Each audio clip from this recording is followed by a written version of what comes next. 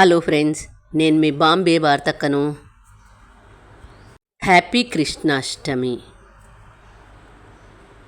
కృష్ణునికి ఎంతో ఇష్టమైన అటుకులతో ప్రసాదం ఎలా తయారు చేద్దామో చూద్దాం రండి. నా సబ్స్క్రైబర్స్ అందరికీ పేరు పేరున జన్మాష్టమి శుభాకాంక్షలు.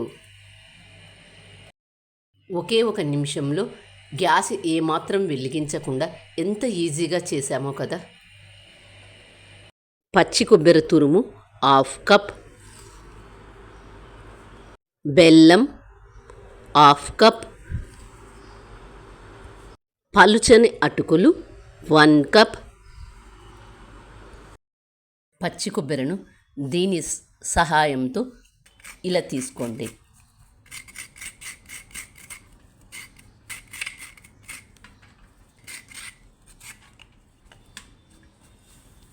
అలాగే మిగతా దాన్నంతా తీసుకోండి. ఎంత ఈజీగా తీసుకోవచ్చో చూడండి. దీంతో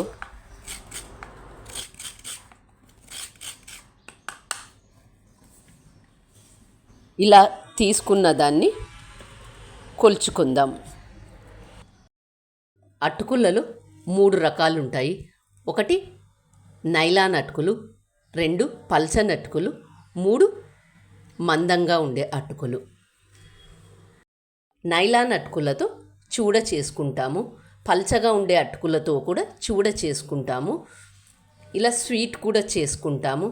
మందంగా ఉండే అటుకులతో పోహ చేసుకుంటాము. మనం తీసుకున్న అటుకులు పల్చగా ఉండే అటుకులు.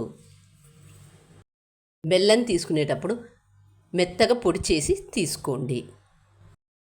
ఒక ప్లేట్లోకి పచ్చి కొబ్బరి తురుము హాఫ్ కప్ తీసుకొని, ఏ కప్పుతో అయితే పచ్చి కొబ్బరి తురుము తీసుకున్నామో అదే కప్పుతో హాఫ్ కప్ బెల్లం వేసుకొని, పచ్చి కొబ్బరి తురుము హాఫ్ కప్, బెల్లం హాఫ్ కప్.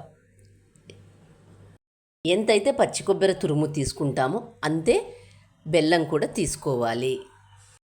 రెండింటిని బాగా కలుపుకోండి.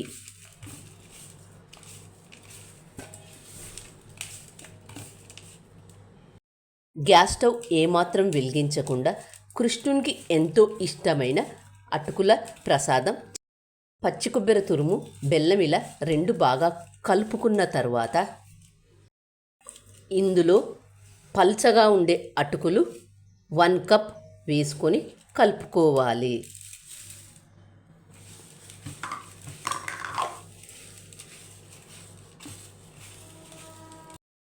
చేత్తో అంతా బాగా కలుపుకోవాలి.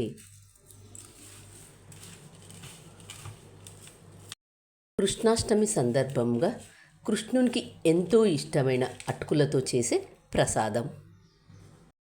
ఇష్టమైన వాళ్ళు డ్రై ఫ్రూట్స్ వేసుకోండి, లేక ఇష్టం లేని వాళ్ళు స్కిప్ చేయండి.